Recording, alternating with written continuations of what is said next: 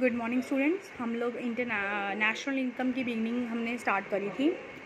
हमने डिज़ायर्ड और undesired stock का डेफिनेशंस पढ़ ली थी। Now the next is gross investment and net investment and the concept of depreciation. Investment आपको पता है, पैसा इन्वेस्ट करना, लाइक प्लांट खरीदना, मशीनरी खरीदना, स्टॉक खरीदना, रॉ मटेरियल, राइट है ना। ग्रॉस और नेट का कंसेप्ट समझने की ज़रूरत है बच्चे। ग्रॉस मीन्स होता है, जैसे सपोज़ आपने कोई मशीनरी ख़रीदी 1 लाख की, ठीक है, 1 लाख उसकी ग्रॉस वैल्यू थी। बट कुछ टाइम के बाद उसका वियर एंड टियर होता है, उसका यूज़ होता है, उसका हम ऑब्वियसली कुछ उसमें से यूज़ करते हैं, तो वो डेप्रिसिएशन आता है। मतलब उसका wear and tear is kind of depreciation, की उसकी वैल्यू का कम हो जाना। तो जब हम ग्रॉस में से उसकी जो वियर एंड टियर वैल्यू को माइनस कर देते हैं तो हमारे पास आती है नेट इन्वेस्टमेंट। नेट इन्वेस्टमेंट इसको हम बोलते हैं। देखो, ग्रॉस वाली लिखी है, the expenditure on the purchase of fix during the accounting period plus on inventory stock during the accounting period. मतलब इसमें सारा आपका ग्रॉस वैल्यू होता है, जितना पैसा उस पर स्पेंड किया होता है, ठीक है। And the net one is when expenditure on replacement of worn out fix asset के, जैसे रिप्लेसमेंट मतलब कोई उसका वियर एंड टियर हुआ, कोई चीज़ ख़राब हुई, फिर वो दोबारा लगाई, उसकी वैल्यू फॉल करी, जो पैसे फिर अगर हम उस डेप्रिसिएशन के अगर अमाउंट को हम माइनस कर दें कि जो उसका वियर एंड टियर हुआ था, तो फिर हमें उसके पता लगता है कि उसकी नेट वैल्यू क्या थी। तो ग्रॉस इन्वेस्टमेंट में से जब डेप्रिसिएशन को माइनस कर दिया जाता है तो नेट इन्वेस्टमेंट आती है, और अगर नेट इन्वेस्टमेंट में डेप्रिसिएशन को प्लस कर दिया जाता है तो वो ग्रॉस इन्वेस्टमेंट फिर से बन जाता है, ठीक है। बात आती है कि जो डेप्रिसिएशन है, नेट इन्वेस्टमेंट है, उसकी सिग्निफिकेंस क्या है। बहुत सिग्निफिकेंस है भाई, क्योंकि नेट इन्वेस्टमेंट ही हमें ये बताती है कि हमारी अब एक्चुअल में वैल्यू कितनी है, कि because ultimately net investment enhance the production capacity and generate the opportunity of employment, promote the efficiency of labour and illustrate the GDP growth. क्योंकि it is owing to the significance of net investment that the planners and politician in India are trying hard to attract foreign direct investments.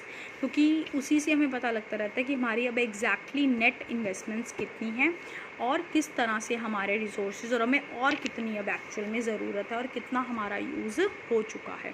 तो वो net investments ही हमको बताती हैं, क्योंकि gross तो हमारी gross value जितनी पूरी है, बट उसमें से जो हम चीज़ें यूज़ कर लेते हैं तो तभी हमें पता लगता है ना कि हमें अब और कितनी ज़्यादा ज़रूरत है, ठीक है। Depreciation is basically normal wear and tear और एक्सीडेंटल डैमेजेस, दोनों ही हो सकते हैं। नॉर्मल वियर एंड टियर जो एक नॉर्मल यूज़ के टाइम पर होता है, या कोई एक्सीडेंट हो गया, अचानक से किसी चीज़ का कुछ डैमेज हो गया, उस चीज़ को बोला जाता है आपका नॉर्मल रेट ऑफ जो भी एक्सीडेंट डैमेज से हुआ। अब एक होते हैं आपके एक्सपेक्टेड ऑब्सोलेंसेस और एक होते हैं अनएक्सपेक्टेड। एक्सपेक्टेड का मतलब होता है बच्चे जो हमें उम्मीद होती है, जो हमें पता ही है, जो हम कहीं ना कहीं मेंटली प्रिपेयर होते हैं कि हाँ जी ये डेप्रिसिएशंस आने ही हैं या ये वियर एंड टियर होना ही है, उसको तो होता है एक्सपेक्टेड ऑब्सोलेंसेस। ऑब्सोलेंसेस का मतलब होता है बेसिकली जैसे कि जो हमें एक्सपेक्टेड होता है, जिनके बारे में हमें अवेयरनेस होती है, जैसे कि for example change in technology की वजह से किसी चीज़ की वैल्यू का फॉल करना, हमें पता है ऐसा हो जाता है, we are expected in this, है ना। हमने कहीं ना कहीं माइंड में उस चीज़ को जो है सोचा होता है। डिमांड लोगों की अगर चेंज हो जाएगी तो हमारी जो इन्वेस्टमेंट है, जो एसेट्स हैं, उनकी वैल्यू फॉल करेगी और हमारे को वहाँ पे नुकसान आएगा। जैसे plant producing the rubber shoe becomes absolute when demand shift from rubber shoe to leather shoe, है ना। तो उस चीज़ पे पैसा लगाया हमारा वेस्ट हो जाएगा अगर लोगों की डिमांड चेंज हो जाती है या अगर टेक्नोलॉजी चेंज हो जाती है। और समहाउ हमें ये चीज़ें पता हैं कि ये होती हैं, that is a part of the business.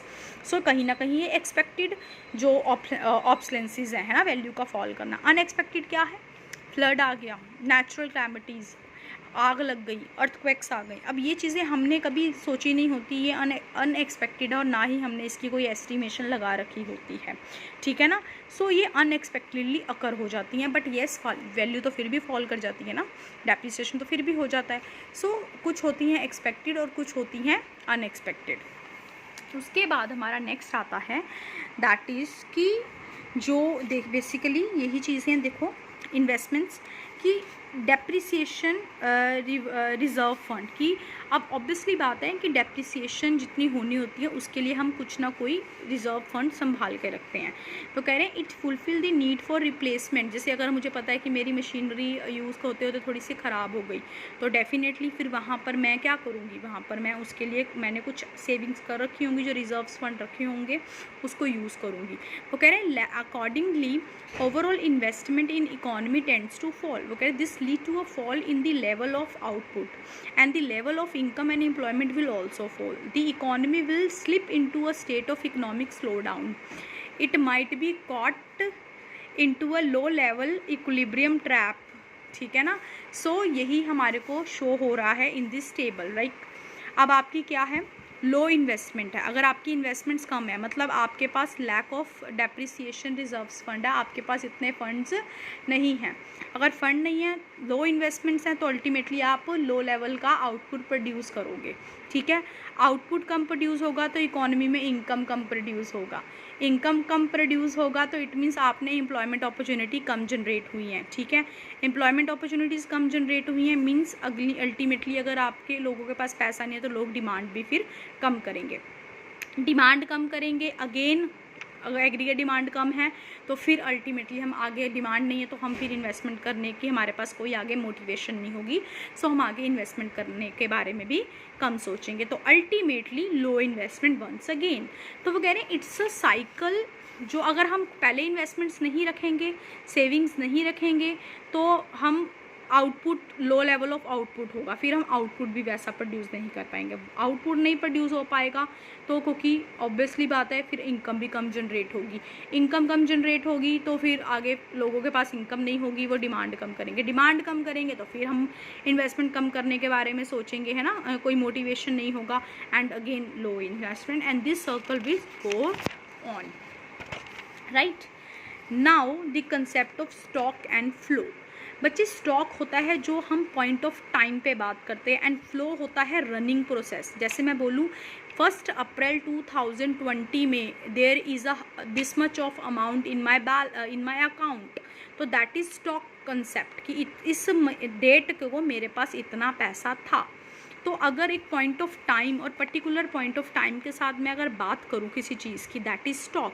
But flow is running. जैसे बोलूँ you may be getting 50 in 100 per month as pocket allowances, मतलब हर महीने मिलना, खर्चा करना, इनकम आना, दैट इज़ फ्लो कंसेप्ट। क्योंकि वो चल रहा है, उसका आना जाना हो रहा है, इनकम का, एक्सपेंडिचर का, प्रोडक्शन का, इंटरेस्ट का, वो आना जाना है।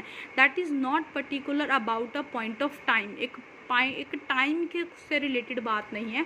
So it's a flow concept. और एग्जांपल जैसे इसके स्टॉक में कि आपके पास टोटल कितनी वेल्थ है, कितनी प्रॉपर्टी है, लेबर फोर्स इस टाइम पर इतनी है, कैपिटल स्टार्ट करा इतने से करा, क्वांटिटी इतनी है मेरे पास मनी की इन दी इकोनॉमी, वो एक पॉइंट ऑफ टाइम पे हमेशा आप रेफ़र करते हो। बैंक में टोटल डिपॉजिट इतने टाइम में इतने हैं या इस साल के इतने हैं, पानी टैंक में इतना है, ठीक है। डिस्टेंस दिल्ली और मुंबई का एक स्टॉक कंसेप्ट है क्योंकि वो एक जैसा रहता है, स्टेबल रहता है, इतना है।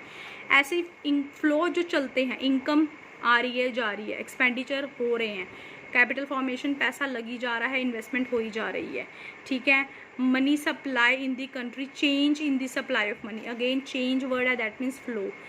इंटरेस्ट ऑन कैपिटल, वो हर महीने आ रहा है, ठीक है, रनिंग कंसेप्ट है। पानी निकल रहा है टैंक से, कार की स्पीड रनिंग है, बढ़ती है कम होती है, फ्लो कंसेप्ट है।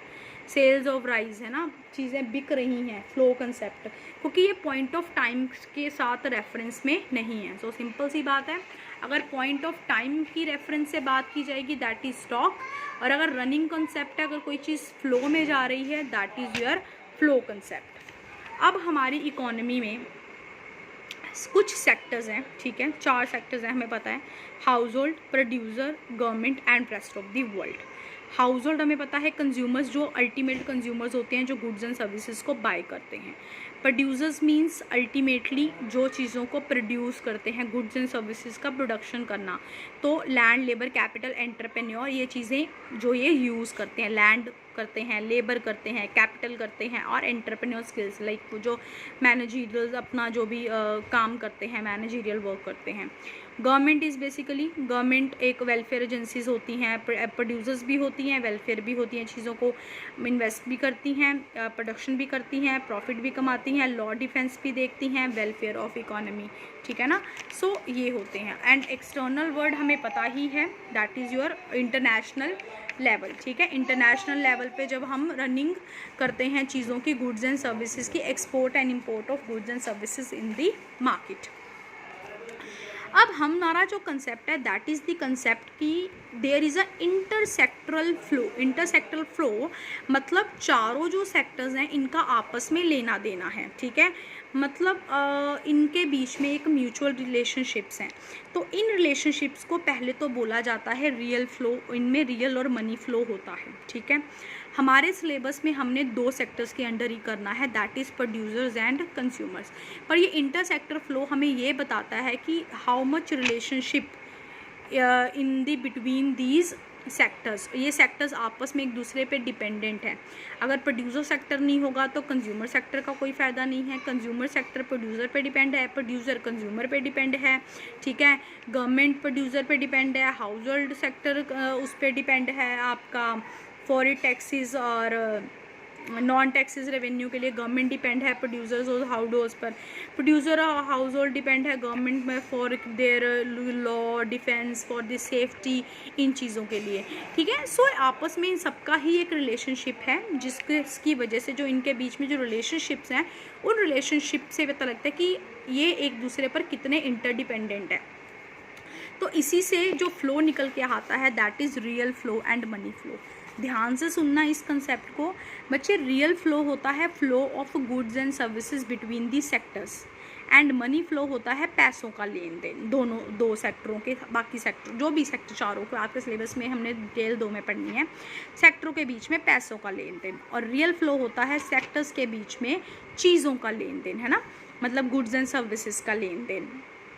सबसे बड़ी बात वो कह रहे हैं it's a reciprocal of real flow, money flow. वो कह रहे हैं अगर रियल फ्लो नहीं होगा तो मनी फ्लो भी नहीं होगा। I will tell you how, ठीक है। We have a table here, ठीक है, we have a chart here. Real flow मैंने अभी बोल दिया, गुड्स एंड सर्विसेज का flow with the producers and the household. अब जैसे कि हाउस होल्ड है, हाउस होल्ड हम लोग प्रोड्यूसर्स को क्या देते हैं, अपनी लैंड, उनके वहाँ काम करके लेबर देते हैं। हमसे ही पब्लिक इन्वेस्टमेंट्स को लेते हैं, शेयर्स लाइक हमको बेचकर कैपिटल देते हैं। हमारे ही मैनेजरियल जो एफर्ट्स हैं उनकी प्रोड्यूसर सेक्टर में काम करते हैं, मतलब हमने उनको अपनी सर्विसेज दी, अपनी गुड्स दी। उन्होंने इन रिटर्न हमें क्या दिया, उन्होंने गुड्स को प्रोड्यूस किया और हमें गुड को बेचा। प्रोड्यूस गुड्स हमें क्या किए, बेचे। दिस इज़ रियल फ्लो, क्योंकि यहाँ पर कहीं पर भी मनी इन्वॉल्व नहीं है। हमने उनको सर्विसेज दी अपनी लैंड, लेबर, कैपिटल, एंटरप्रेन्योर वाली, उन्होंने हमें रिटर्न में गुड्स बनाकर प्रोड्यूस कर कर हमें यूज़ करने के लिए गुड्स दिए। मनी फ्लो क्या है, मनी फ्लो ये है कि उन्होंने प्रोड्यूसर्स ने हमें क्या करा, पेमेंट करा। हमारा लैंड को उन्होंने दिया क्या, इंटरेस्ट, लेबर को दिया वेजेस, कैपिटल को दिए इंटरेस्ट एंड एंटरप्रेन्योर को दिया प्रॉफिट। प्रोड्यूसर्स ने हमें पे किया, पेमेंट की, हमें पैसे दिए हमारी सर्विसेज के लिए, और हमने उन्होंने हमें गुड बेचे थे और हमने उनको उनके गुड्स के लिए क्या करे, पेमेंट्स दी। मतलब उनसे गुड्स खरीदे, परचेज़ की और उनको गुड्स के अगेंस्ट में हमने उनको उन गुड्स के पैसे, प्राइजेस पे किए। तो अल्टीमेटली रियल फ्लो हुआ था, तभी तो मनी फ्लो हो पाया ना। क्योंकि अगर वो हमें गुड्स नहीं बेचेंगे बनाकर तो हम उनको पैसे नहीं देंगे गुड्स के लिए, और अगर हम उनको सर्विस रेंडर नहीं करेंगे, हम उनको लैंड, लेबर, कैपिटल, एंटरप्रेन्योर उनको हम नहीं देंगे तो वो हमें पेमेंट्स नहीं देंगे। सो अल्टीमेटली मनी फ्लो होगा, रियल फ्लो होगा तो ही मनी फ्लो होगा।